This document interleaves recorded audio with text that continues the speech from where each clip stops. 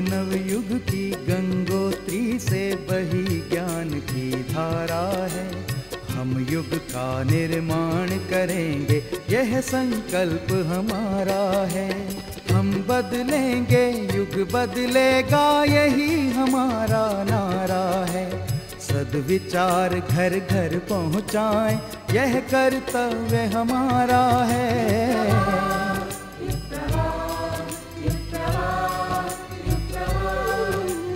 चलो बढ़ें, कुछ अच्छा कर लें, युग ने हमें पुकारा है।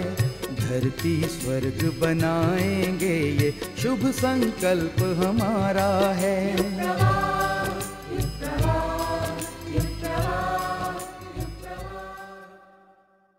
नमस्कार, युग प्रभा में आप सभी का स्वागत है। इस युग के महान संत पूज्यवर पंडित श्री राम शर्मा आचार्य जी की वाणी से प्रेरणा पाकर लाखों लोग स्वयं को ऊंचा उठाकर समाज को आगे बढ़ा रहे हैं। आइए सुनते हैं उन्हीं के श्री मुख से अमृतवाणी। तीर्थ यात्रा कहते हैं धर्म प्रचार की पद यात्रा। धर्म प्रचार की पद यात्रा, तीर्थ यात्रा, इसका अर्थ यह है गांव गांव घूमना, जगह जगह जाना, लोगों को अच्छे उपदेश करना। प्राचीन काल में गौ हत्या जब हो जाती थी तो लोग गाय की पूंछ ले जा लाठी से बांध के गांव गांव घूमते थे, मुंह ढक करके, और ये कहते थे हमसे गाय की हत्या हो गई है और हम कलंकी हैं, उनको कलंक लग गया है। अपने पापों को गांव गांव बताते थे, लेकिन साथ साथ में लोगों को ये भी कहते थे हमने गलती की है, आप में से कोई न करना। हमने गलती के साथ में गुस्से में आकर के गाय के साथ हमला किया, उसको मार डाला, आप ऐसा न करना। ये उपदेश भी करता था और अपनी गलती को बताता भी था। आपको भी यही करना चाहिए। आपको हर जगह जाकर के तीर्थ यात्रा के रूप में पद यात्रा करनी चाहिए। शिवरात्रि के समय पर लोग गंगा जल चढ़ाने के लिए लाते हैं गंगा जी से, और अपने यहाँ के आसपास के किसी देवालय पर उसको चढ़ाते हैं। कांवर रख के लाते हैं, कंधे पर कांवर लाते हैं। कांवर ला करके चलने वाले रास्ते भर अच्छे गीत गाते जाते हैं, अच्छे दोहे सुनाते जाते हैं। रास्ता गीरों को हर बार शिक्षा देते जाते हैं। जहाँ जाते हैं चुपचाप नहीं निकलते, जहाँ भी रास्ता में गीर मिलते हैं, जहाँ भी लोग गांव में प्रवेश करते हैं, वह अच्छे दोहे, ज्ञान के दोहे, भक्ति के दोहे, वैराग्य के दोहे, कर्तव्य पालन के दोहे सुनाते चलते हैं। इसलिए उनका धर्मोपदेश भी साथ साथ चलता रहता है, पद यात्रा भी चलती रहती है, जनसंपर्क का कार्य भी होता रहता है। जनसंपर्क 1, पद यात्रा 2, धर्म प्रचार 3।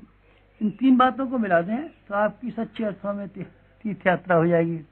प्राचीन काल के ऋषि यही कहते थे, घर घर अलख जगाते थे। अलख क्या? अलख ऐसे कहते थे, घर घर दरवाजे पर खड़े होते थे और गीत गाते थे। एक आदमी हो तो एक, नहीं तो 2 हो तो 2। अलख जगाना कहते हैं। हर आदमी जो घर के निवासी थे दरवाजे पर निकल के बाहर आते थे, उनकी बात महात्मा जी की सुनते थे। गाना हो तो क्या, उपदेश हो तो क्या, ये अलख जगाना कहते हैं। घर घर जाना, संपर्क बनाना, घर घर जाना। आपके पास आएंगे, आपके पास नहीं आ सकते लोग। बादलों के पास खेत कैसे आ पाएंगे बताइए? खेतों में इतनी सामर्थ्य होती तो फिर आप क्यों किसी का अंदर करते? बादलों को ही जाना पड़ेगा, घर घर आपको ही जाना पड़ेगा, आपके पास नहीं आएंगे। दुर्घटना से घिरे हुए आदमी किस तरीके से आपके पास आए जरा बताइए सही। इसकी टांग टूट गई है, इसको एक्सीडेंट हो गया है, आइए साहब हमारे यहाँ आइए और प्रार्थना पत्र लिखिए और हमसे अर्जी कीजिए तो हम आपकी सहायता करेंगे। इतनी हैसियत होती तो बेचारा टांग टूटा हुआ क्यों होता? तो घुड़सवार न होता? घुड़सवार नहीं है, टांग टूटा हुआ आदमी वो चल नहीं सकता, इसलिए आपको ही जाना पड़ेगा। बाढ़ आती हैं, दुर्घटनाएं होती हैं, और कोई मुसीबतें आती हैं, भूकंप आते हैं, महामारी फैल जाती हैं, तो सेवा भावी लोग ये इंतजार नहीं करते कि वो लोग दुखी लोग हमारे पास आएँ और अर्जी दें और हमसे प्रार्थना करें ना। आपको ही भाग के जाना पड़ेगा और दौड़ना चाहिए। हवा अपने आप भाग करके जा पहुँचती है हर आदमी की नाक में घुस जाने के लिए। सूरज की रोशनी हर आदमी के पास अपने आप चली जाती है, अपने आप चले जाने के बाद में उसको गर्मी दे करके आती है, रोशनी दे करके आती है। आपको सूरज की तरीके से, हवा की तरीके से और बादलों की तरीके से उन सभी जगह पर जाना चाहिए जहाँ ज्ञान की आवश्यकता है। पिछड़े हुए आदमियों को भी जरूरत है और प्रगतिशीलों को उससे भी ज़्यादा जरूरत है। पिछले आदमी एक ढंग के बेहूदे और पढ़े हुए आदमी दूसरे ढंग के बेहूदे। इनमें कोई खास फर्क नहीं है। चरित्र की दृष्टि से, चिंतन की दृष्टि से, नीति की दृष्टि से, आदर्शों की दृष्टि से सारी समाज लगभग एक ही स्तर पर जा पहुंचा है। इसमें धनी और निर्धन का भेद करना मुश्किल है, इसमें पढ़े और बिना पढ़े का भेद करना मुश्किल है। जहाँ तक जहालत का संबंध है, जहाँ तक दुर्भावनाओं का संबंध है, दोनों ही क्षेत्र अपने आप से बाजी मारने पर तुले हुए हैं। पढ़े लिखे ज़्यादा कमा लेते हैं, बिना पढ़े कम कमा पाते हैं, बात अलग है। पढ़े आदमी ज़्यादा चालाक होते हैं, बिना पढ़े कम चालाक होते हैं, ये बात अलग है। बड़े आदमियों के पास अच्छे महल मकान और पैसा त्योरी होती है, गांव वालों के पास फटे टूटे कपड़े होते हैं, ये अलग बात है। लेकिन जहाँ तक चरित्र का संबंध है, वहाँ तक दोनों एक ही स्तर के हैं। इसीलिए हम और आप में से हर आदमी को, जिनको प्रायश्चित करने की बात हो, तीर्थ यात्रा की तैयारी करनी चाहिए, घर घर जाना चाहिए। किसके लिए? जनसंपर्क के लिए। जनसंपर्क किसके लिए? धर्म धारणा जागृत करने के लिए, विचार क्रांति के लिए, जनमानस का परिष्कार करने के लिए, लोकमानस में आदर्शवादिता की प्रतिष्ठापना करने के लिए। यही उद्देश्य होना चाहिए। घर घर आप जाएंगे, आप जाकर के घर घर एक उद्देश्य के लिए जाइए, गांव गांव एक उद्देश्य के लिए जाइए कि हमको जन जागरण का हवा पैदा करनी है। तीर्थ यात्रा का यही उद्देश्य है। इसके लिए पैदल चलना पड़ता था ताकि ज़्यादा से ज़्यादा लोगों को रास्ते में मिले और उनके संपर्क में बनाएं। आपको भी ऐसी ही तीर्थ यात्रा की तैयारी करनी चाहिए।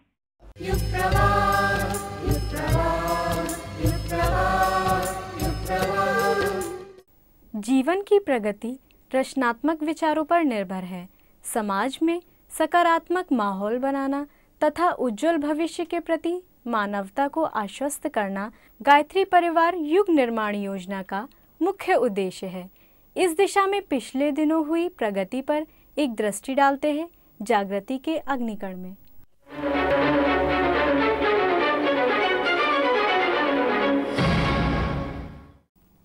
नमस्कार, युग प्रवाह के इस अंक में आपका स्वागत है। आइए आपको दिखाते हैं देश विदेशों में चल रही गायत्री परिवार की गतिविधियों के समाचार। सबसे पहले समाचार संक्षेप में। The Indian academy of paediatrics Uttarakhand का अधिवेशन रुड़की में संपन्न। 2 अपंगों ने करी 3000 किलोमीटर की लंबी साइकिल यात्रा। कोचीन में संपन्न हुआ 108 कुंडीय गायत्री महायज्ञ। महाशिवरात्रि पर हुआ प्रज्ञेश्वर महादेव जी का रुद्राभिषेक। दिल्ली में संपन्न हुआ 108 कुंडीय गायत्री महायज्ञ। हिमालय में खुल रहा है नया साधना केंद्र। हिंदू, मुस्लिम, सिख, ईसाई एक मंच पर रामपुर में। और होली के रंग में रंगा गायत्री तीर्थ का नजारा। अब समाचार विस्तार से।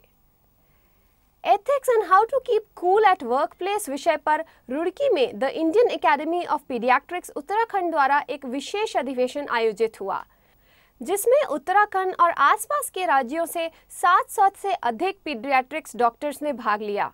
चिकित्सीय अभ्यास में आध्यात्म का समावेश विषय पर बोलते हुए ब्रह्मवर्चस्व रिसर्च सेंटर के डायरेक्टर डॉक्टर प्रणव पंड्या जी ने उपासना, साधना एवं आराधना के वैज्ञानिक पहलुओं पर विस्तार से प्रकाश डाला एवं दैनिक जीवन में इन्हें उतारने की प्रेरणा दी।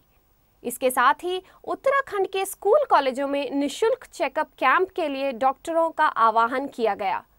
इस अवसर पर सुप्रसिद्ध cricket commentator doctor Narottam Puri, IPA Uttarakhand के अध्यक्ष डॉक्टर सुधीर चौधरी, डॉक्टर संजय गर्ग एवं डॉक्टर गीता खन्ना ने भी अपने विचार व्यक्त किए। कुंभ नगरी हरिद्वार में कुंभ के अवसर पर जहां एक और लाखों श्रद्धालु गंगा स्नान कर शरीर और मन को पवित्र करने में लगे थे, वहां गायत्री गंगा में डुबकी लगाने वाले 200 गायत्री साधक गायत्री ज्ञान को जन जन तक पहुंचाने का संकल्प लेकर कुंभ नगरी में फैले हुए थे। ज्ञातव्य हो कि कुंभ मेला का अपना महत्व है। इसको मद्देनजर रखते हुए जालना महाराष्ट्र के कर्मठ कार्यकर्ता श्री रघुनंदन लाहौटी जी ने प्रथम शाही स्नान के अवसर पर स्टिकर अभियान चलाने का संकल्प लिया। गुरुदेव के सद्विचारों से हम सबको शाही स्नान कराए, इससे बेटर कोई काम नहीं हो सकता था। हम सब भाई लोगों को मिलके अपने गुरु का काम करना है।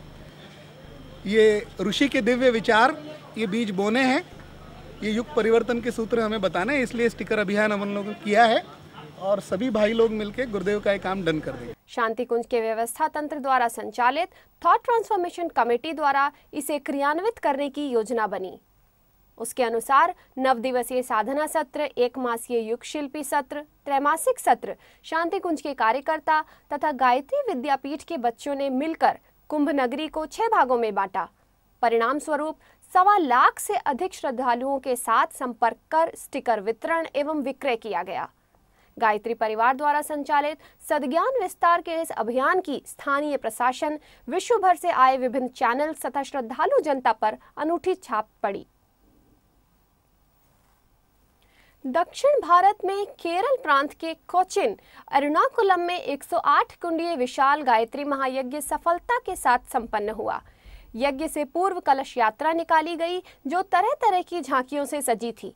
इसके बाद यज्ञ का शुभारंभ श्रद्धेय डॉक्टर साहब के हाथों ध्वज वंदन तथा दीप प्रज्वलन के साथ हुआ।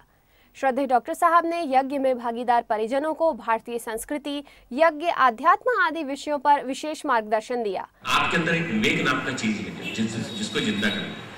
विवेक को जिंदा करने के लिए गायत्री, विवेक को जिंदा करने के लिए गायत्री और फिर सत्कर्म करने के लिए यज्ञ, ये दोनों आपके अंदर बैठे हुए हैं। आप उसका उपयोग नहीं करते। आप उपयोग करेंगे तो देखिए दूरदर्शिता की दृष्टि से आप हमेशा उसी चीज का चयन करेंगे जो आपके जीवन में जरूरी है।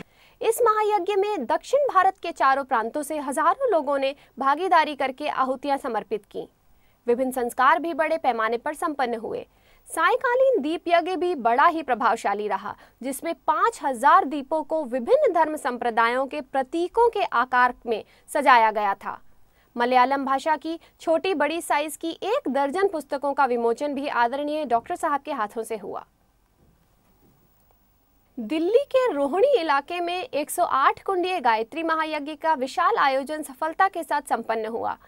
3 दिन तक चलने वाले इस महायज्ञ में बड़ी संख्या में दिल्ली के गणमान्य नागरिकों ने भाग लिया। इस महायज्ञ में भागीदार परिजनों को श्रद्धेय डॉक्टर प्रणव पंड्या ने आज के प्रदूषण से होने वाली हानियों और यज्ञ से होने वाले लाभों के विषय पर प्रकाश डालते हुए यज्ञीय जीवन जीने की प्रेरणा दी। इस अवसर पर युग पुरुष के जीवन तथा उनके द्वारा रचित युग साहित्य के साथ गायत्री परिवार की गतिविधियों से संबंधित विशाल प्रदर्शनी लगाई गई, जो दर्शनार्थियों के लिए आकर्षण का केंद्र रही। सायंकाल दीप यज्ञ का आयोजन किया गया, जिसमें बड़े उत्साह के साथ लोगों ने भाग लिया।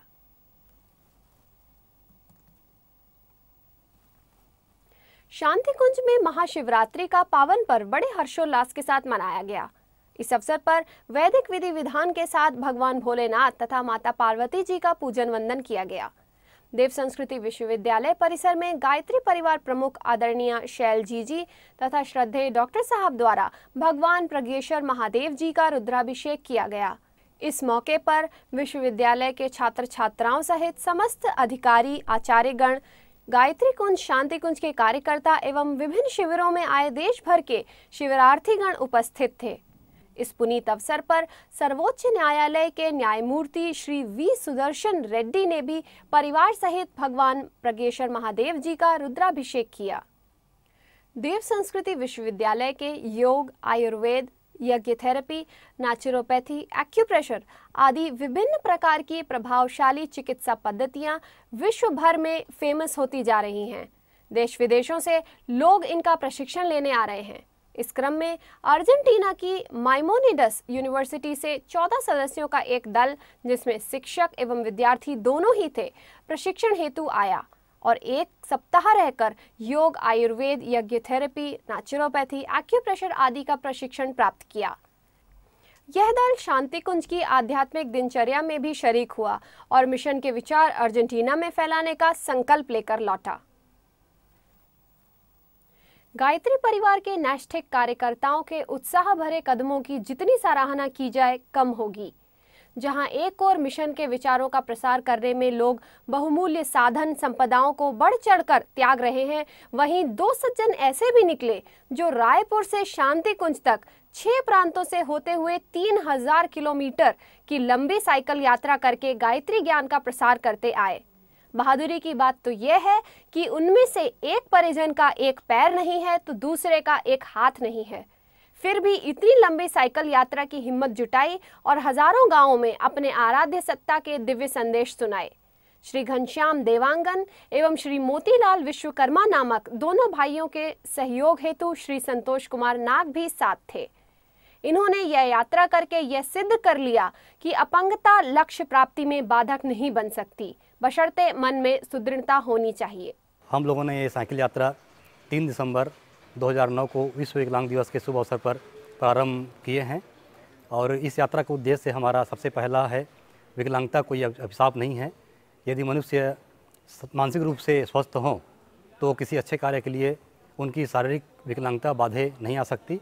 और हम जनमानस को यह भी बताना चाहते हैं कि विकलांग व्यक्तियों का यदि प्रोत्साहन नहीं कर सके, उसे प्रोत्साहित नहीं कर सके तो उसे हतोत्साहित भी न करें, उनका सहयोग नहीं करें तो उनका हंसी मजाक भी न उड़ाएं।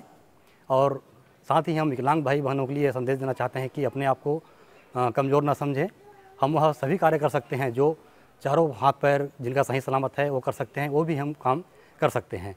दुर्गम हिमालय की गोदी में 7000 फीट की ऊंचाई पर बसे मुनस्यारी उत्तराखंड में, जहां वर्ष के अधिकतम समय बर्फ जमी रहती है, गायत्री परिवार का एक नया केंद्र खुलने जा रहा है, जो एक अभूतपूर्व आध्यात्मिक साधना केंद्र एवं आध्यात्मिक सैनिटोरियम के रूप में होगा। यहां साधना के लिए उपयोगी वातावरण विनिर्मित करने के साथ साथ उत्तराखंड वासियों को स्वावलंबन के विभिन्न विधाओं का प्रशिक्षण भी दिया जाएगा।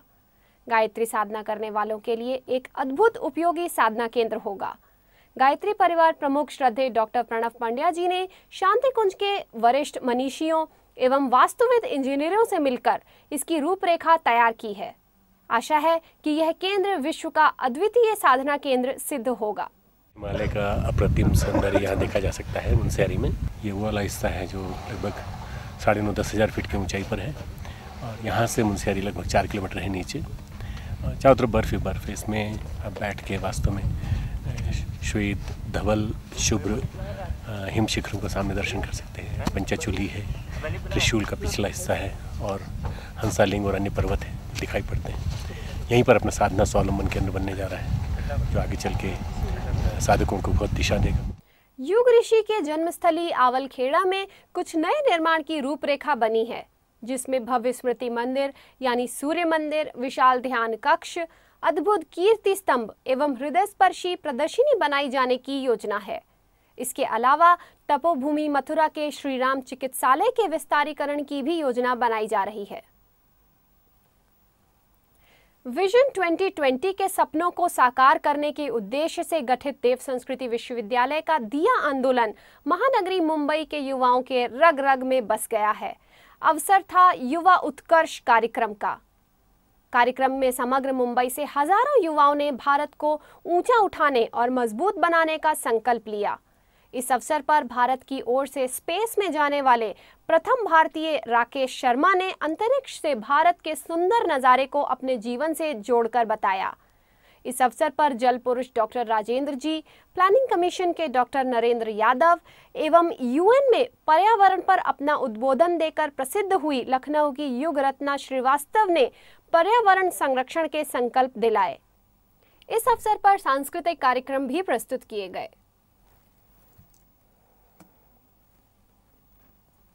ऋतु परिवर्तन के साथ आने वाले पर्व त्योहारों का सामाजिक, सांस्कृतिक, धार्मिक और वैज्ञानिक महत्व है। होली पर्व उन्हीं में से एक है। सर्दी के जाने और गर्मी के आने के बीच में पड़ने वाला यह पर्व उत्साह और उमंग का प्रतीक है। अखिल विश्व गायत्री परिवार के केंद्र शांति कुंज में इस बार होली का पर्व बड़े हर्षोल्लास के साथ मनाया गया। होलिका दहन के अवसर पर परम श्रद्धेय डॉक्टर प्रणव पंड्या जी ने होली पर्व का महत्व समझाया। इसके पश्चात शुरू हुआ रंग का रंगारंग कार्यक्रम, जिसमें शांति कुंज के श्री रामपुरम में बने विशेष सभागार में श्रद्धेय डॉक्टर प्रणव पंड्या, श्री वीरेश्वर उपाध्याय, श्री गौरी शंकर शर्मा, श्री कपिल केसरी, श्री ब्रिजमोहन गौड़ एवं रूस से आए सृजन जी, mister S sadeko, Shri Mahesh ji, mister निकलई तथा श्रीमती ज्योति, मिसेज एलेना के साथ शांति कुंज के सभी कार्यकर्ता एवं शिवरार्थी गण एक दूसरे के गले मिलकर होली के रंग में रंगे। इस अवसर पर श्री सृजन ने शांति कुंज को ही अपना घर बताया और शरीर भले ही रशियन हो पर दिल तो भारतीय है, इस बात को पद्य के माध्यम से बतलाया। देव संस्कृति विश्वविद्यालय परिसर में भी यह रंगोत्सव धूमधाम से मनाया गया, जिसमें कुलाधिपति डॉक्टर प्रणव पंड्या जी सहित विश्वविद्यालय के सभी आचार्य, छात्र छात्राएं एवं कार्यकर्ता गण साथ मिलकर होली खेले। रामपुर उत्तर प्रदेश में 108 कुंडीय गायत्री महायज्ञ बड़े ही धूमधाम से संपन्न हुआ। इसका शुभारंभ सुंदर झांकियों से सजी कलश यात्रा से हुआ, जो शहर की परिक्रमा करती हुई यज्ञ स्थल पर पहुंची। इस महायज्ञ की सबसे बड़ी सफलता यह रही कि इसमें हिंदुओं के अलावा मुस्लिम, सिख, ईसाई आदि कई धर्म संप्रदाय के वरिष्ठ प्रतिनिधियों, मौलवियों, धर्मगुरुओं तथा उनके अनुयायी भाई बहनों ने सहर्ष भाग लेकर सहयोग किया। शांति कुंज प्रतिनिधियों ने भागीदार परिजनों को योग व्यायाम सिखाकर स्वस्थ जीवन, सुखी जीवन का मर्म समझाया एवं यज्ञ की वैज्ञानिकता और उपयोगिता के बारे में प्रकाश डाला। इसके अलावा मुस्लिम, सिख आदि विभिन्न धर्म संप्रदाय के प्रतिनिधियों ने भी महत्वपूर्ण विचार व्यक्त किए। और इसी के साथ गायत्री परिवार के समाचार समाप्त हुए। नमस्कार।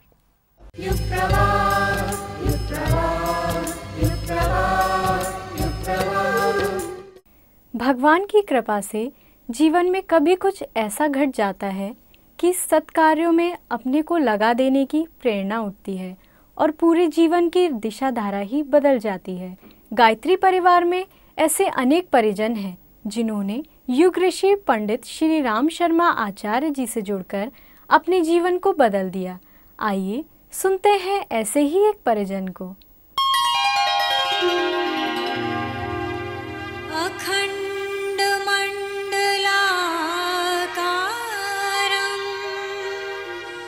व्याप्तं येन चराचरं तत्पदं दर्शितं येन तस्मै श्री गुरुवे नमः। गुरुदेव ने बाबूजी से पूछा कि बेटा मोतीलाल, तेरी क्या समस्याएं हैं? बाबूजी ने कहा, गुरुदेव समस्या तो कुछ भी नहीं है, 5 कन्याएं हैं, 1 पुत्र है। 2 कन्याओं की शादी कर चुका हूँ। 2 कन्याएं बहुत छोटी है, 1 लड़की बड़ी वाली और 1 उसके छोटा भाई। दोनों 11वीं की परीक्षा देने उज्जैन गए हुए हैं। बस वो 11वीं परीक्षा पास कर लें, उनको मैं अध्यापक बना दूंगा और शादी कर दूंगा ताकि मेरी जो है जिम्मेदारियाँ कम हो जाएंगी। गुरुदेव ने ध्यान लगा के देखा तो गुरुदेव ने बोला कि बेटा अभी इनकी शादी का योग नहीं है, इनको तुम पढ़ाओ अभी आगे। और बाबूजी ने बोला कि मैं मास्टर 100 रुपये भी नहीं मिलते तनख्वाह के मुझे, मैं उज्जैन में बच्चों को पढ़ा नहीं सकता हूँ, इसलिए मैं तो पढ़ा के शादी करना चाहता हूँ। तो नहीं बेटा पढ़ा इनको और हम तेरे को उज्जैन पहुँचा देते हैं। बाबूजी ने कहा, गुरुदेव मैं उज्जैन नहीं जा सकता, मेरा ट्रांसफ़र नहीं हो सकता। गुरुदेव ने पूछा क्यों नहीं हो सकता? तो कि मैं तो छोटा सा टीचर हूँ, मेरी कोई पहुँच, कोई जरिया नहीं है। उज्जैन संभाग स्तर का कार्यालय है, मैं शाहजहाँपुर ज़िले में हूँ, 2 जिले का, एक ज़िले से दूसरे स्थानांतरण होना संभव नहीं है, नहीं हो सकता। गुरुदेव ने कहा कोई बात नहीं बेटा, चिंता मत कर, अभी हमारे 2 कार्यक्रम और हैं, एक खंडवा में है और एक भोपाल में है। इंदौर से पंडित रेवा शंकर जी लेने मुझे आएंगे, उनके साथ में जाऊँगा। खंडवा पहले भोपाल जाऊँगा, फिर भोपाल से खंडवा आऊँगा और वहाँ हवन करके मैं 10वें दिन करीब 10-12 दिन में मैं मथुरा पहुँच जाऊँगा। लेकिन यह बात नोट कर ले बेटा कि मैं मथुरा नहीं पहुँचूँगा, उसके पहले तेरा स्थानांतरण उज्जैन हो जाएगा। गुरुदेव चले गए। 4 दिन बाद ही बाबूजी का टेलीग्राम आता है भोपाल से। उस समय पर डायरेक्टर पब्लिक इंस्ट्रक्शन बोलते थे उनको, वहाँ से लेटर एक टेलीग्राम आता है बाबूजी के नाम पर प्रिंसिपल हायर सेकेंडरी स्कूल पर कि Shri Motilal Sonkar, lower division teacher, promoted to the post of craft teacher and posted at BTI Ujjain, and he may be relieved immediately without taking any joining time। वहाँ के प्रिंसिपल, वहाँ के lecturers बड़े आश्चर्य हो गए कि मोतीलाल जी तुम्हारा क्या जरिया था कि तुम्हारा ट्रांसफ़र इंदौर हो गया, उज्जैन हो गया? मेरा कोई जरिया नहीं है। और प्रिंसिपल ने उसी अनुभूति उसी दिन सेम डे बाबूजी रिलीव कर दिया और बाबूजी उज्जैन आके ज्वाइन हुए। उस समय मैं और मेरी बड़ी बहन परीक्षा दे रहे थे हायर सेकेंडरी की। हमने पूछा पिताजी आप यहाँ कैसे आ गए अचानक?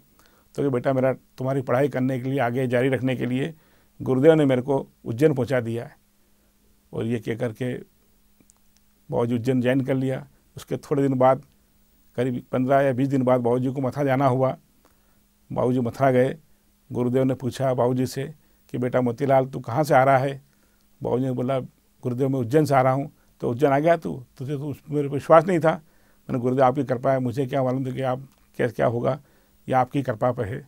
1967 जनवरी महीने की बात है। उज्जैन में बहुत कड़ाके की सर्दी गिर रही थी। गायत्री परिवार के प्रचार प्रसार बाबूजी ने उज्जैन में आने के प्रारंभ किया और परिवार की संख्या बढ़ाई। गायत्री परिवार सदस्यों की इंद्रमल वीरवाणी का एक बहुत बड़ा बाड़ा था दौलतगंज के अंदर, वहाँ 5 कुंडी गायत्री यज्ञ रखा। पिताजी के पीठ में बहुत ज़बरदस्त जो है पीड़ा थी, जिनको चलने में, बोलने में, सांस लेने में तकलीफ होती थी, पट्टा चढ़ा हुआ था। पिताजी ने मुझसे बोला कि बेटा तू गुरुदेव को स्टेशन जाके ले आ, अभी कोई सक्रिय बड़े कार्यकर्ता यहाँ है नहीं है, अपने को जाना पड़ेगा, तू चला जा। मैं स्टेशन गया, प्लेटफॉर्म नंबर 3 पे इंदौर उज्जैन नागदा गाड़ी आती थी। गुरुदेव उससे उतरे 5:30 बजे। मैंने कहा गुरुदेव से कहा कुली कर लेते हैं। गुरुदेव ने बोला कि कुली क्यों कर लेता है। मैंने कहा कि सामान उठा लेगा तो तू नहीं उठा सकता है क्या। मैं उस समय BSc पार्ट में पढ़ रहा था। मैंने कहा मैं उठा सकता हूँ। तो गुरुदेव उस समय अपने साथ में एक छोटी पेटी, एक छोटा बिस्तर था, वो लेके साथ चलते थे। उठाया मैंने कंधे पर, चला मैं। बाहर आके मैंने कहा ऑटो रिक्शा कर लेते गुरुदेव, यहाँ से 1-1.5 किलोमीटर जाना पड़ेगा अपने को। मैंने कहा तू क्या लाया है। मैंने कहा मैं साइकिल लाया हूँ। तो बोले कि साइकिल पे मेरा झोला और ये पेटी रख, अपन चलते हैं पैदल यहाँ से, 5 रुपये खर्च करने, तेरे पास ज़्यादा पैसा है क्या। मैंने कहा नहीं गुरुदेव ऐसा तो नहीं है। तो गुरुदेव मेरे साथ पैदल 2 दिन तक गए। गुरुदेव ने सवेरे 4 बजे पिताजी को जगाया, बोला कि मोतीलाल जाओ तुम ठंडे पानी से नहा के आओ सवेरे जल्दी, सवेरे 6 बजे 7 बजे हवन करना है। पिताजी को पेट में बहुत दर्द था। धीरे धीरे जैसे तैसे करके वो घर आए। माताजी को बोला, माताजी ने बोला गर्म पानी कर देती हूँ नहाने के लिए। बाबूजी ने बोला कि गुरुदेव ने ठंडे पानी से नहाने का आदेश दिया है। तो फिर मेरी माता ने बोला कि अपने वहाँ तांबे का घड़ा भरा हुआ है, उसका थोड़ा गर्म पानी होगा, आप इसी से स्नान कर लीजिए। स्नान करके जब बाबूजी वापस गुरुदेव के पास करीब 6 बजे के आसपास आते हैं, गुरुदेव ने बोला कि बेटा मोतीलाल आ गया तुम। मैंने कहा आ गया गुरुदेव। कि बस बेटा आप तेरी पीठ का दर्द कभी नहीं होगा। जबकि गुरुदेव को बाबूजी ने बताया भी था कि मेरी पीठ का दर्द है या ऐसे मेरे को बहुत पीड़ित परेशान हूँ, 4-5 दिन हो गए हैं। लेकिन उन्होंने 1-2 आशीर्वाद दिया उनको। और उस दिन का दिन है, मेरे पिताजी 27 साल की उम्र में उनका देहावसान हुआ। सन 1967 के बाद सन 2007 तक उनको पीठ में दर्द नहीं हुआ बिल्कुल भी, और स्वस्थ बने रहे।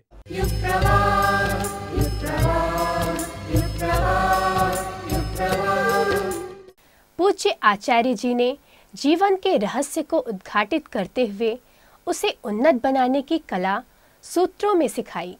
16 संस्कारों की इस कड़ी में बालकों के जीवन को सही दिशा देने, पशुता से ऊपर उठाकर देवता बनाने, ज्ञान के साथ साथ सुसंस्कारिता का बीजारोपण करने के सूत्रों को हृदयंगम कराया जाता है।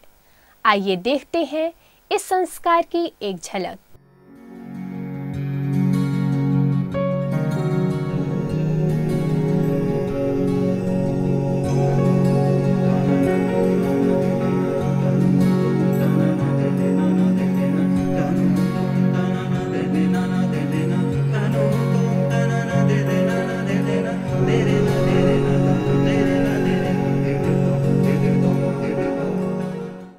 हमारा देश महामानवों, देव मानवों की खदान रहा है।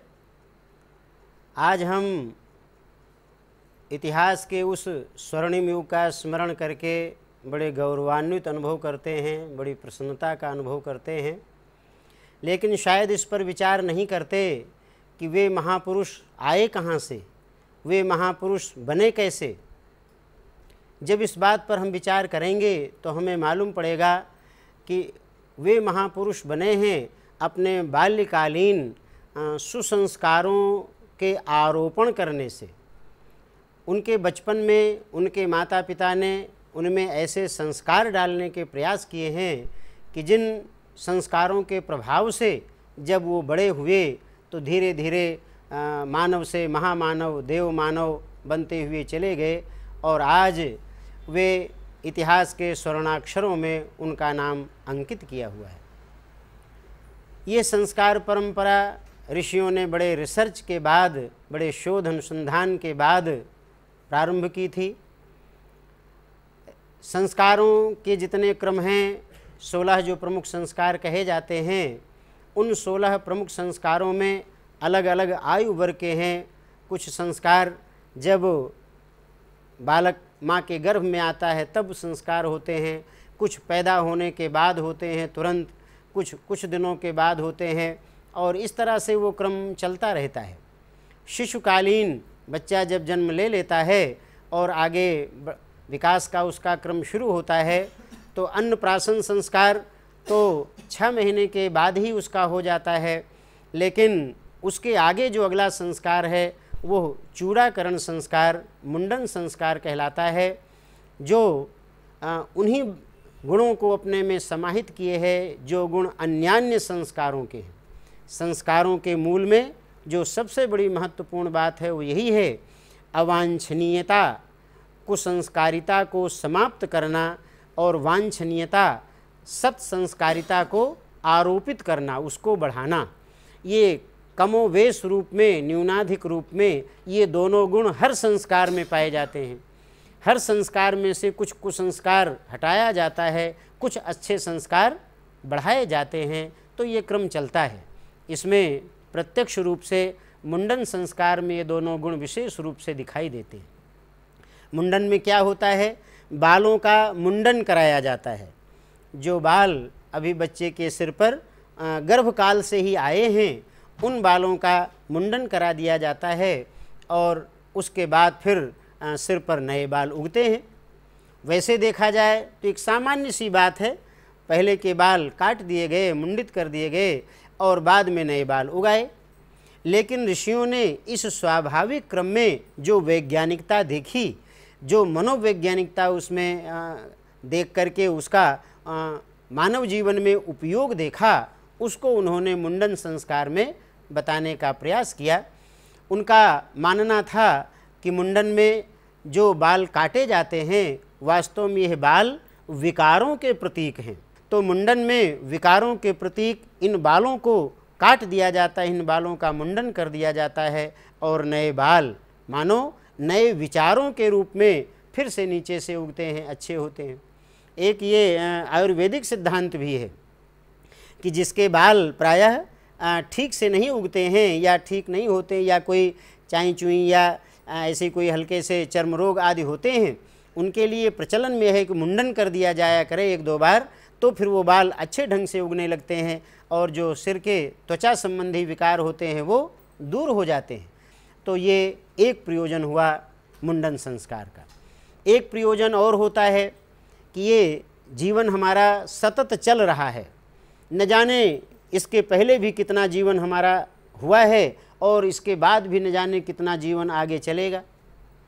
जिस जिस योनि में जिस जिस शरीर को यह जीवात्मा ग्रहण करती है, उस शरीर के कुछ संस्कार भी उसमें आ जाते हैं और वह संस्कार कुछ वाजिब होते हैं, उचित होते हैं, जिनको बढ़ाने की आवश्यकता होती है, और कुछ अनुचित होते हैं, अनुपयोगी होते हैं, नावाजिब होते हैं, जिनको दूर करना आवश्यक होता है।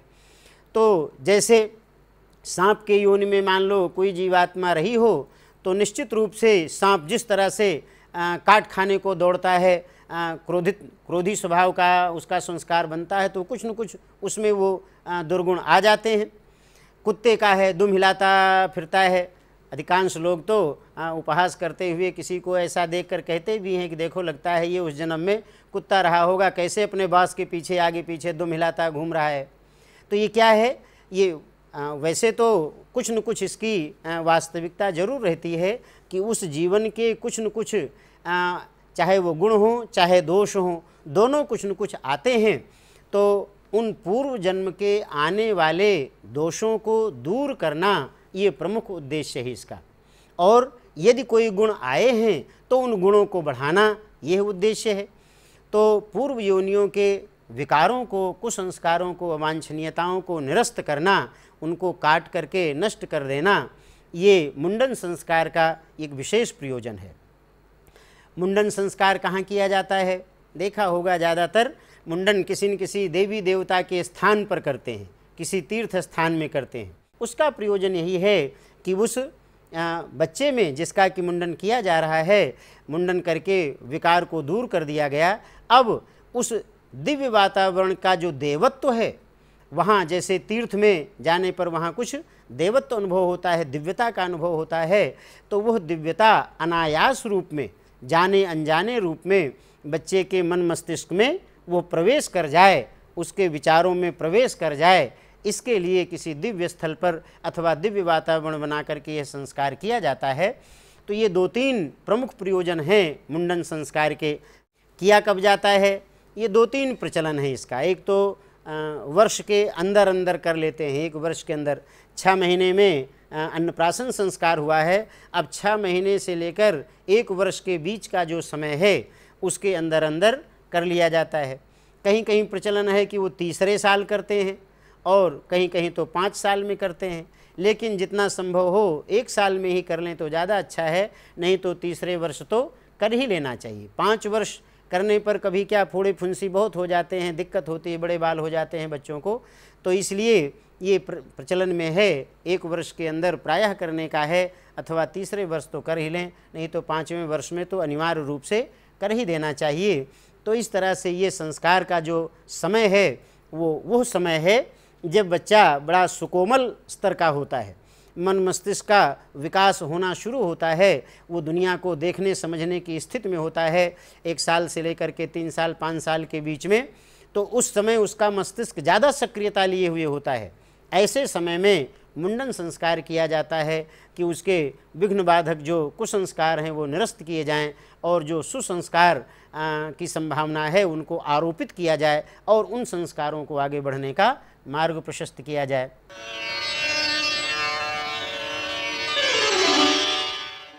इस मुंडन संस्कार के जो प्रमुख क्रम हैं वो 3-4 इसके प्रमुख क्रम हैं जिनको कि इसमें क्रमशः अपनाया जाता है।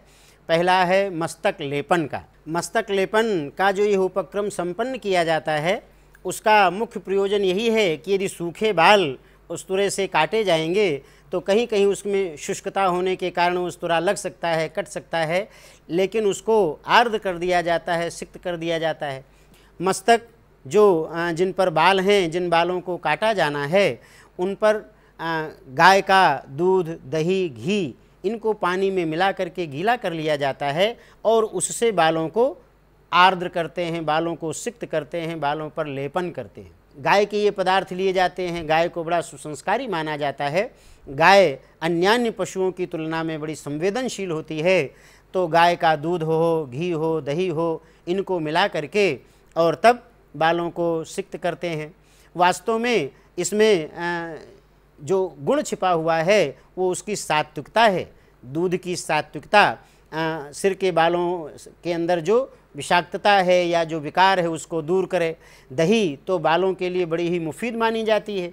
आजकल कुछ लोग वैसे तो शैम्पुओं का बड़ा प्रचलन है, तरह तरह के शैम्पू प्रचलित हो चुके हैं वर्तमान में, लेकिन थोड़े भी कोई उन विचारों से युक्त हैं, आयुर्वेद से ज़्यादा प्रभावित हैं या पुराने के हैं, तो वो उन शैम्पू की जगह पर वो दही का प्रयोग करते हैं। दही बालों के लिए ज़्यादा उपयोगी है। दही से त्वचा के विकार भी दूर होते हैं, उसमें जो खट्टापन होता है उससे त्वचा के विकार भी दूर होते हैं और बालों में स्निग्धता और चमक आती है। तो इस तरह से ये तीनों चारों चीज़ें इस तरह का प्रभाव डालती हैं कि जिन बालों को अभी काटा जाना है, यदि उसको अभी वो सूखे सूखे वैसे ही स्तुरा चला दिया जाए उस पर, तो जगह जगह से कट जाएगा, मुश्किल पड़ेगी। पदार्थों को बालों में लगा करके उनको आर्द्र किया जाता है, सिक्त किया जाता है, जिससे कि उनके विकार भी दूर हो जाएं, जिससे कि वो आर्द्र हो जाए और बाल मुंडित करने में भी सुविधा हो और कुसंस्कारों को विदा करने में भी सुविधा हो। जिसको विदा किया जाए उसको शिष्टता शालीनता के साथ ही विदा किया जाए। तो ये कई प्रयोजन इस मस्तक लेपन के हैं। ओम सवित्रा प्रसूता दैव्या आपौदन्तु ते तनुं दीर्घायुत्वाय वर्चसे। दूसरा जो इसका उपक्रम है वो है त्रिशिखा बंधन एवं कर्तन। 2 कृत्य एक साथ होते हैं। एक तो 3 शिखाएं बांधी जाती हैं। ये जो मस्तिष्क है हमारा, ये मनुष्य का मस्तिष्क ये अगणित सामर्थ्यों से भरपूर है। इसको एक कंप्यूटर कहते हैं, विलक्षण कंप्यूटर की तरह से है। इसमें इतनी विशेषताएं भरी हुई हैं, इतने नर्व्स हैं, इतनी सारी चीज़ें हैं कि इसका गणना करना मुश्किल है।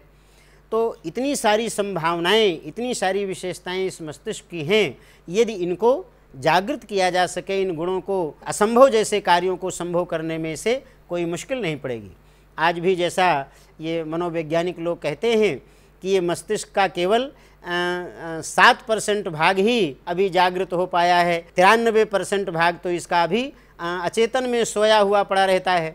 यदि जो महापुरुष होते हैं, अतिमानवीय पुरुष होते हैं, वो कुछ % और अधिक जागृत कर लेते हैं अपनी साधना से, अपनी तपस्या से, अपने पुरुषार्थ से, तो अपनी विशेष प्रक्रिया से, योग आदि से, तो वो उनकी विशेष विलक्षण प्रतिभा उनमें आ जाती है। तो ये जो त्रिशिखा बंधन है वो इसी का संकेत करता है कि ये जो हमारा मस्तिष्क है इसमें सारी तरह की विशेषताएं विद्यमान हैं।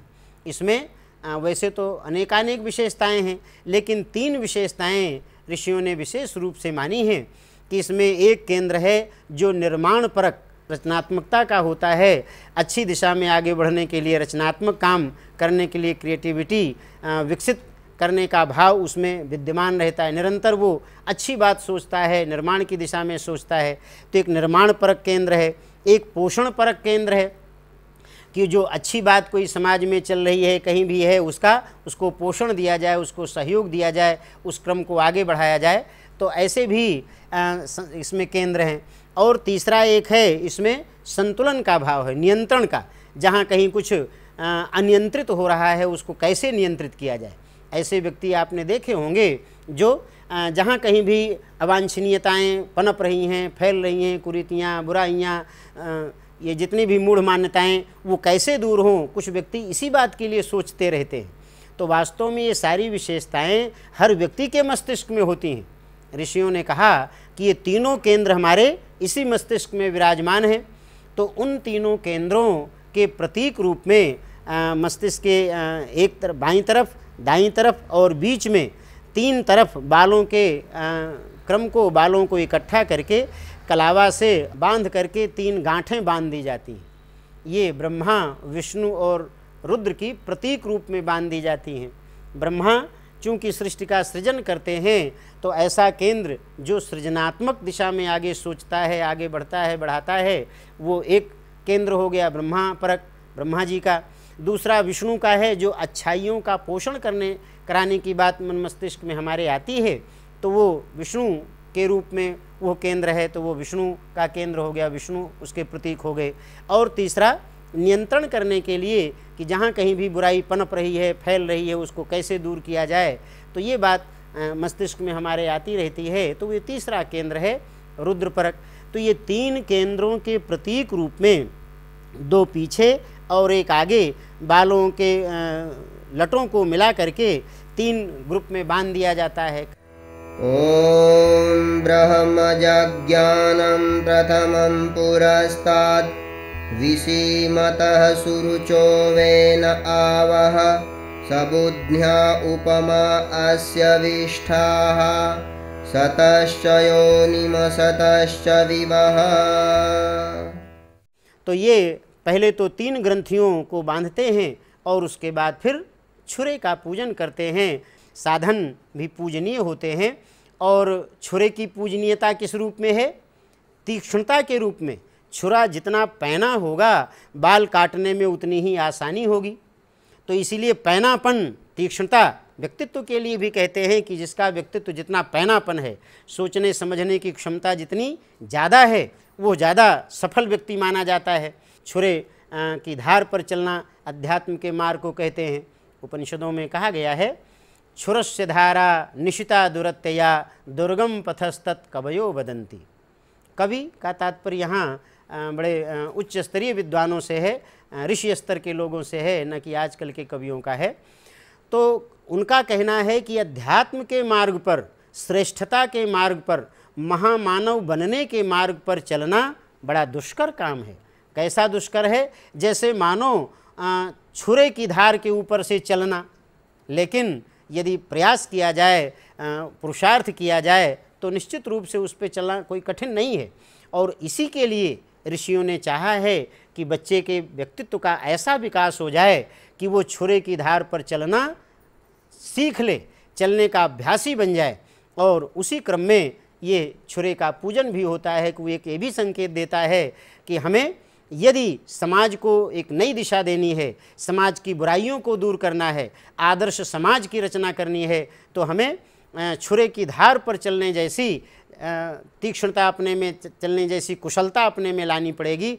उतना ही पैनापन हमें स्वयं अपनाना पड़ेगा जितना पैनापन स्तुरे में है, छुरे में है। तो ये सारी बातें इसके साथ जुड़ी हैं। तो ये दूसरा छुरे का पूजन उसी के बाद होता है।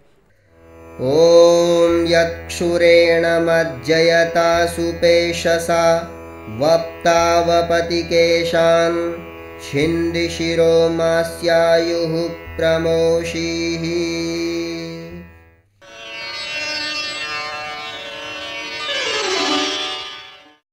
ये तीनों ग्रंथियों, ग्रंथि बंधन और ग्रंथि कर्तन, ये दो क्रम इसमें अपनाए जाते हैं। अब ये देखने में थोड़ा अटपटा लगता है कि भाई जिन विशेषताओं को पाने के लिए उन ग्रंथियों को बांधा गया था, रचनात्मकता को एकजुट किया गया था, पोषणता को एकजुट किया गया था, नियंत्रण अनुशासन स्थापित करने वाले को एकजुट किया गया था, तो अब उनको काटने की आवश्यकता क्या है?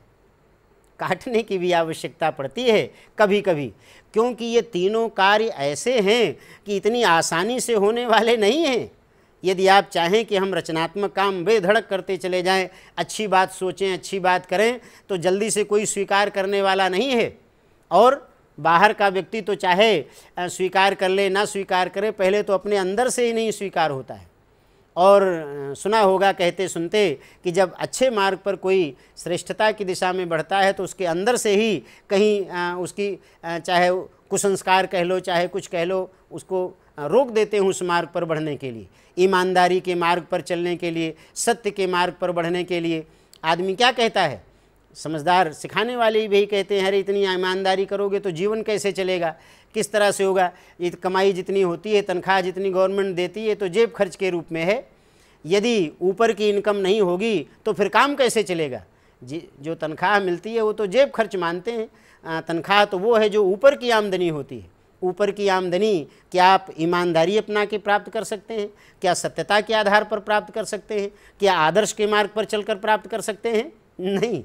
कहीं न कहीं हमारे मन मस्तिष्क को प्रभावित करने वाले, चाहे हमारे अंदर के संस्कार हों और चाहे बाहर के ऐसे एलिमेंट्स हों, ऐसे तत्व हों जो हमें निरंतर प्रशिक्षित करते रहते हैं, तो इन दोनों से हमें सावधान रहना होगा और इन दोनों को हमें काटना होगा।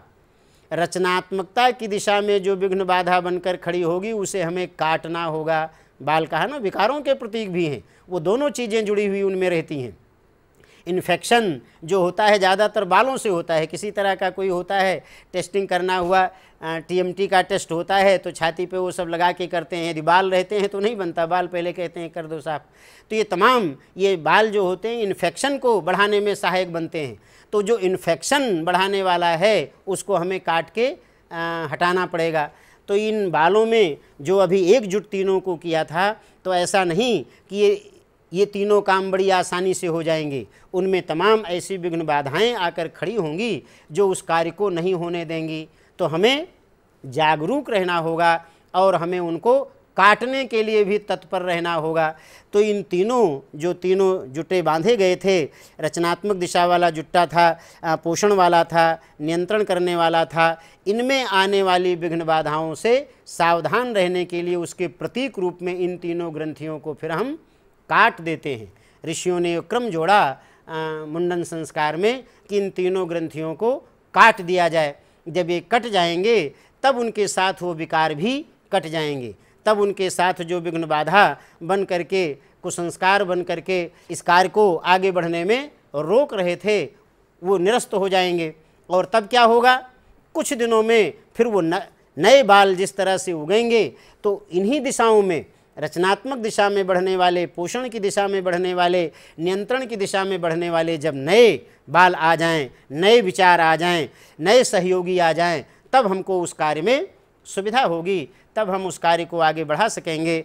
तो इस तरह से ये त्रिशिखा बंधन, 3 शिखाएं बांधी जाती हैं और फिर उनको उनका कर्तन किया जाता है। इसके पीछे यही सब प्रेरणाएं जुड़ी हुई हैं। ॐ येनावपत्सविताक्षुरेण सोमस्य राज्ञो वरुणस्य विद्वान् तेन ब्रह्माणो वपतेदमस्य गोमानश्ववानयमस्तु प्रजावान्।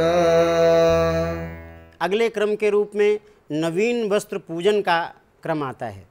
नया वस्त्र बच्चे को पहनाया जाता है नया वस्त्र पहन करके बच्चा प्रसन्न होता है। बच्चा क्या, बड़े बूढ़े सभी प्रसन्न होते हैं। वास्तव में यहाँ उद्देश्य भी इसका यही है कि जब ये पुराने बालों के कुसंस्कारों के प्रतीकों को आज हटाया जा रहा है तो उसकी जगह पर कुछ नवीनता आनी चाहिए, कुछ नयापन आना चाहिए। तो नएपन नया वस्त्र के रूप में जब धारण किया जाता है तो जैसे अंदर से एक प्रसन्नता लगती है, तो नए विचारों को धारण करने से, नए विचारों को व्यक्तित्व में समाहित करने से कितना अच्छा लगेगा, यह अगला समय बताएगा जब बच्चा उन गुणों से युक्त होगा। आज तो बच्चे में ये संस्कार डालने का प्रयत्न किया जा रहा है, अभिभावकों को इसका शिक्षण दिया जा रहा है कि यह नए वस्त्र के साथ बच्चे में नए विचार, नए संस्कार, नया प्रभाव उनमें डालने का प्रयास किया जाए, उसमें आरोपित करने का प्रयास किया जाए। तो नए वस्त्र का पहले पूजन किया जाता है। यहाँ भी वही क्रम है, नया वस्त्र पहन रहे हैं तो पहले उसका पूजन करते हैं, उसमें दिव्यता का समावेश करते हैं। हमारा आवरण, हमारा कलेवर यह दिव्यता से युक्त हो, तभी इसके अंदर दिव्य संस्कार, अच्छे संस्कार आएंगे। ओम तस्माद्यज्ञात् सर्वहुत ऋचः सामानि जग्गिरे छन्दाग्वंसि जग्गिरे तस्मात् यजुस्तस्मादजायत।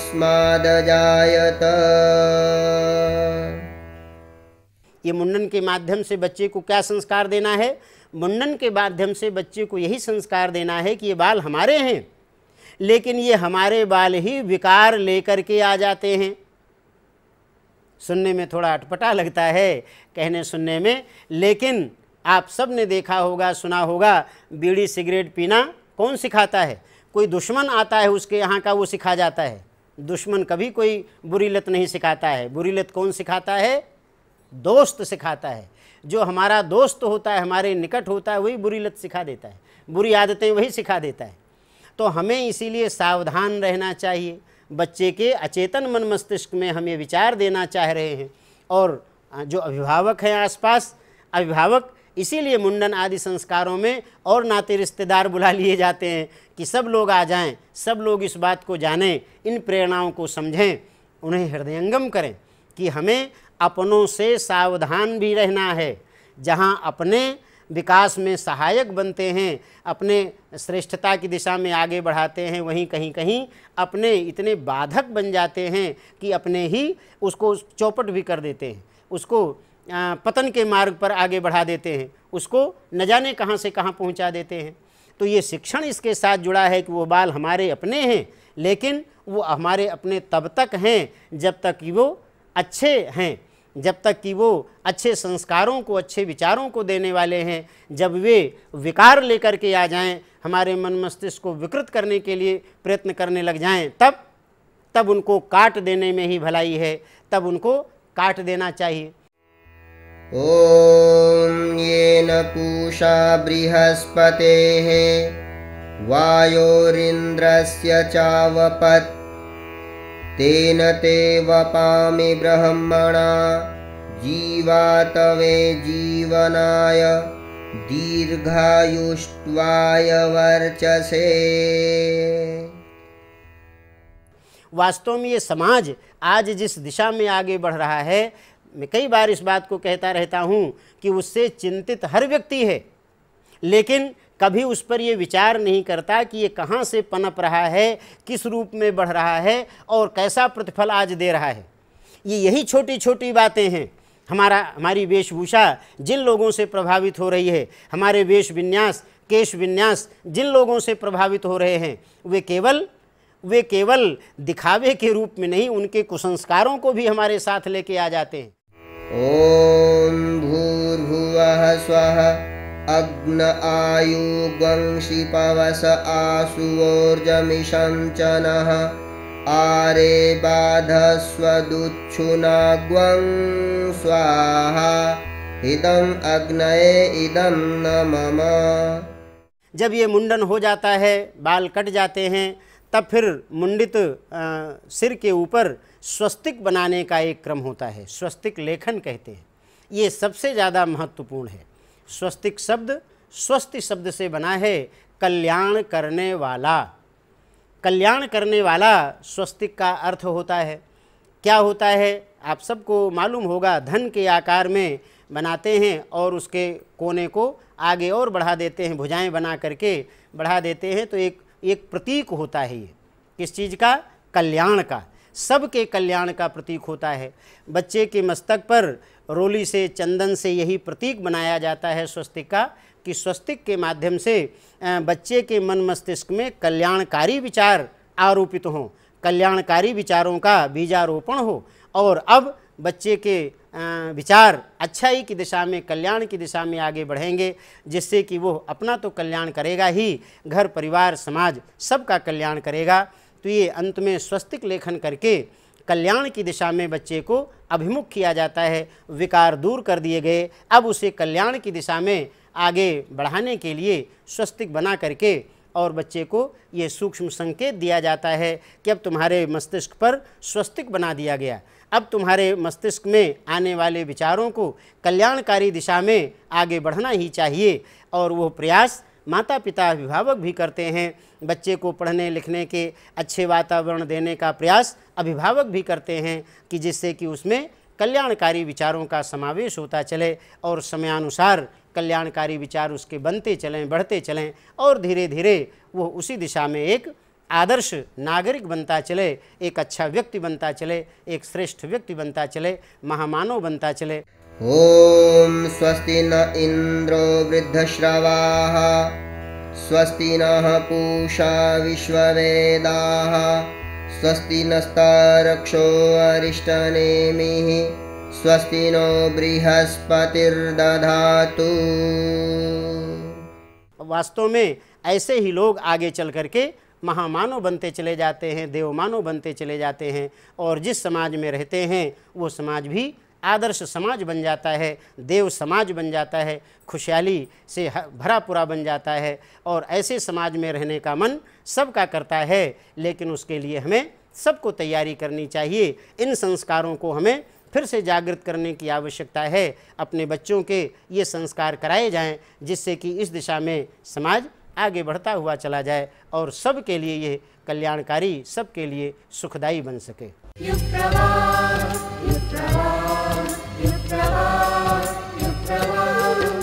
हम लोग श्री विश्वमाता सेवा आश्रम जयगांव, जलपाईगुड़ी जिला, पश्चिम बंगाल से आए हुए हैं। यह सेवा आश्रम भूटानी सीमा के पास में है। ये विकलांग बच्चे हैं, प्रज्ञा चक्षु इन्हें कहा जाता है। इनके अंदर विशेष संगीत सीखने की प्रतिभा क्षमता है। साधना में ये जप कर रहे हैं। इन बच्चों को उस सेवा आश्रम में ब्रेल लिपि भी पढ़ाई जा रही है। इन्हें जो शिक्षा के विविध आयाम हैं, हिंदी, अंग्रेजी, गणित, इन सब बातों की शिक्षा दी जा रही है। साथ ही डेली लिविंग स्किल, जो अपने इनके दैनिक जीवन में मोबिलिटी है, इनके रोजगार से संबंधित कुछ इनके जो हुनर हैं, वह सब चीज़ इन्हें सिखाया जा रहा है और वहाँ पर इसका प्रशिक्षण दिया जा रहा है। यह परम पूज्य गुरुदेव परम वंदनीय माता जी और सनातन धर्म संस्कृति के अंतर्गत सेवा का एक बहुत विशिष्ट अभियान है, जो कि हमारे लगभग इस देश के 3% लोग इससे प्रभावित हैं किसी न किसी प्रकार से। उनकी सेवा का ये प्रयास है। मेरा नाम अजय लोहार है। कहाँ के रहने वाले हैं आप? मैं पश्चिम बंगाल का रहने वाला हूँ। मेरे पापा है, मेरे माँ है, मेरे भाई है, मेरे बहन है। दैनिक जीवन में तो इन लोगों का, जैसे सामान्य लोग हैं वो लोग तो खाने पीने में अपना देख करके सब कुछ कर लेते हैं, लेकिन इन बच्चों को उस तरह से हम लोगों को सिखाना पड़ता है। खाने में कैसे स्पर्श के माध्यम से क्या क्या पता करेंगे, और उसके बाद में खाने में क्या क्या है, कैसे उसको देखेंगे, कैसे उसको महसूस करेंगे, और सोने के लिए बिस्तर कैसे बनाएंगे, कपड़े कैसे फोल्ड करेंगे, अपने कपड़ों को, अपने शरीर को, अपने हर चीज़ को कैसे व्यवस्थित रखेंगे, ये सब चीज़ें मतलब बहुत महत्वपूर्ण है। और मोबिलिटी के लिए इन बच्चों को मतलब छड़ी की व्यवस्था होती है। छड़ी के माध्यम से ये लोग चलते हैं, महसूस कर पाते हैं कहाँ ऊंचा है, कहाँ गड्ढा है, और ये मतलब इनके दैनिक जीवन की बहुत महत्वपूर्ण गतिविधियाँ हैं, जो कि इन्हें सिखाना एकदम अनिवार्य है। हम लोग इंग्लिश पढ़ते हैं और हिंदी। हम लोग को हिंदी पढ़ाते हैं, मैथमेटिक्स पढ़ाते हैं, विज्ञान पढ़ाते हैं और इंग्लिश पढ़ाते हैं। Twinkle, twinkle, little star, how I wonder what you are. Of all the world so high, like diamond in the sky. ओम शशिना इंद्रो वेदस्वाहा शशिना पूषा विश्ववेदाः शशिना साक्षो अर्ष्णिभिः शशिनो बृहस्पतिर्दधातु। हम लोग बच्चों को ब्रेल लिपि का प्रशिक्षण तो देते ही हैं, प्लस साथ में बच्चों को अध्यात्म के बारे में बताते हैं, संस्कृत जो कि देववाणी है, प्राचीन भाषा है, उसका भी प्रशिक्षण देते हैं। बच्चों को आध्यात्मिक शक्तियों के बारे में बताते हैं।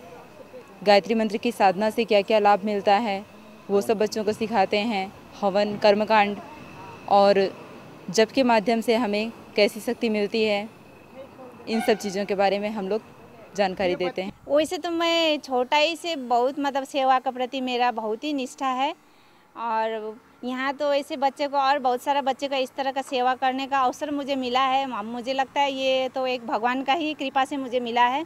मिलता है सच्चा सुख केवल गुरुदेव तुम्हारे चरणों में, मिलता है सच्चा सुख केवल गुरुदेव तुम्हारे चरणों में। ये बच्चे लोग का साथ मैं अगले 6 साल से रह रही हूँ। जब ये बच्चे छोटे थे तब से मैं इन लोग का साथ में हूँ। अभी तो मुझे इन लोग का बारे में पूरा मतलब पता हो गया है। ये लोग का किस तरह से मैनेज करना है, किस तरह से ये लोग संकेत देता है, ये लोग का फीलिंग्स क्या है, उन लोग का बारे में मुझे काफ़ी जानकारी हो चुका है।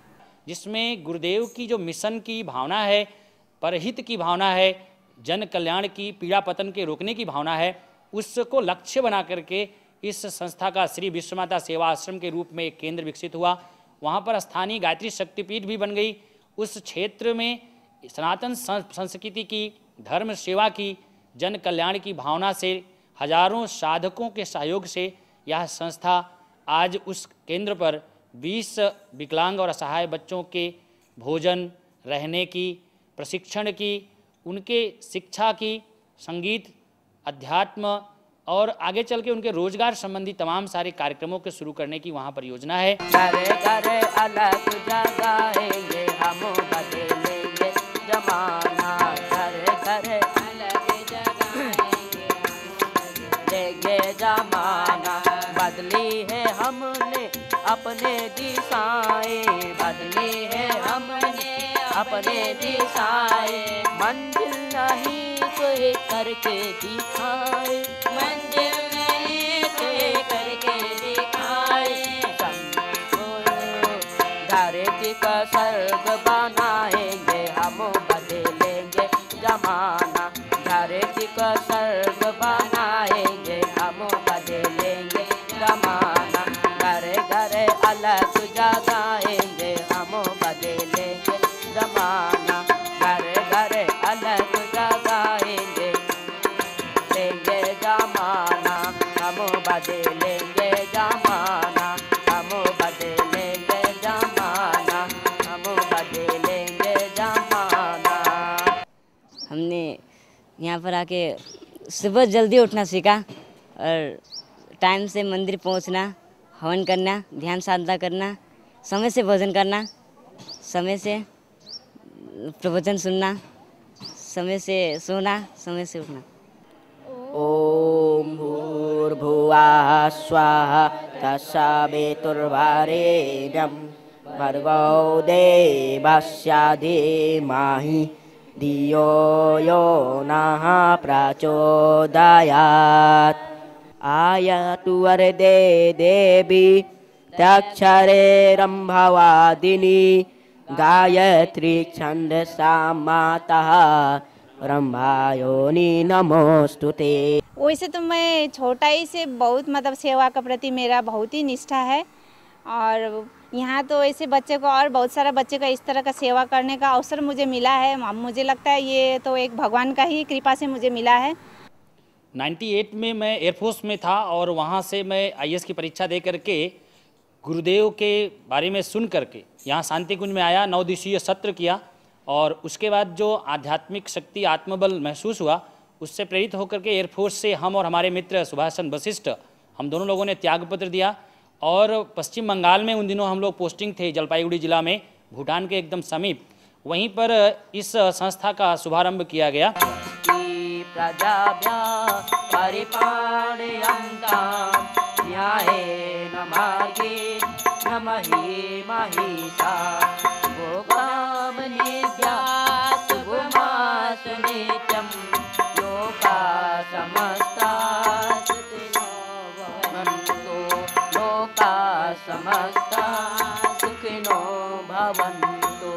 सर्वे भवन्तु सुखिनः, सर्वे सन्तु निरामयाः, सर्वे भद्राणि पश्यन्तु मा कश्चित् दुःखमाप्नुयात् सदा मेधं सह प्रज्ञां विद्यां पुष्टिं श्रियं बलं तेज आयुष्यमारोग्यं देहि मे हव्यवाहनम्।